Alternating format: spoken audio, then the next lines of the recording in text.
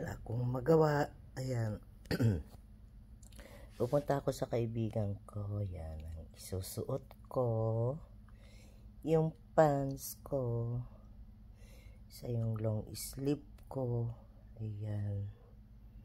So, yan ang isusuot ko dahil medyo malamig. Okay, yan. Yan.